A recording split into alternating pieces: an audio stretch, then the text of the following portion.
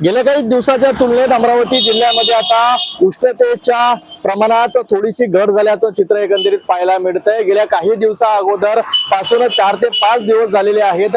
अमरावतीसह महाराष्ट्रामध्ये अनेक ठिकाणी अवकाळी पाऊस कोसळला आहे, ज्यामुळे आता काहीसा दिलासा नागरिकांना मिळालेला आहे। आपण सध्या अमरावती शहरातील जिल्हाधिकारी कार्यालय परिसरामध्ये आहोत। याच संपूर्ण परिसरामध्ये उष्णतेच्या वेळी संपूर्ण हा परिसर खाली असल्याचं चित्र पाहायला मिळतंय। मात्र गेल्या काही दिवसांपासून अवकाळी पाऊस सुरू असल्यामुळे मोठा दिलासा नागरिकांना मिळालेला आहे। मात्र आज सकाळपासून जे उष्णतेचं प्रमाण जर एकंदरीत आपण बघितलं तर 41° आजचं तापमान 3 वाजेपर्यंतचं गेलं होतं। मात्र हवामान विभागाच्या माहितीनुसार आज आणि उद्या 2 दिवस अमरावती जिल्ह्यामध्ये अवकाळी पाऊस येण्याची शक्यता नाकारता येत नाही। अमरावतीची जर स्थिती बघितली तर उन्हाळ्यामध्ये 46च्या पार अमरावती जिल्हा गेलेला होता।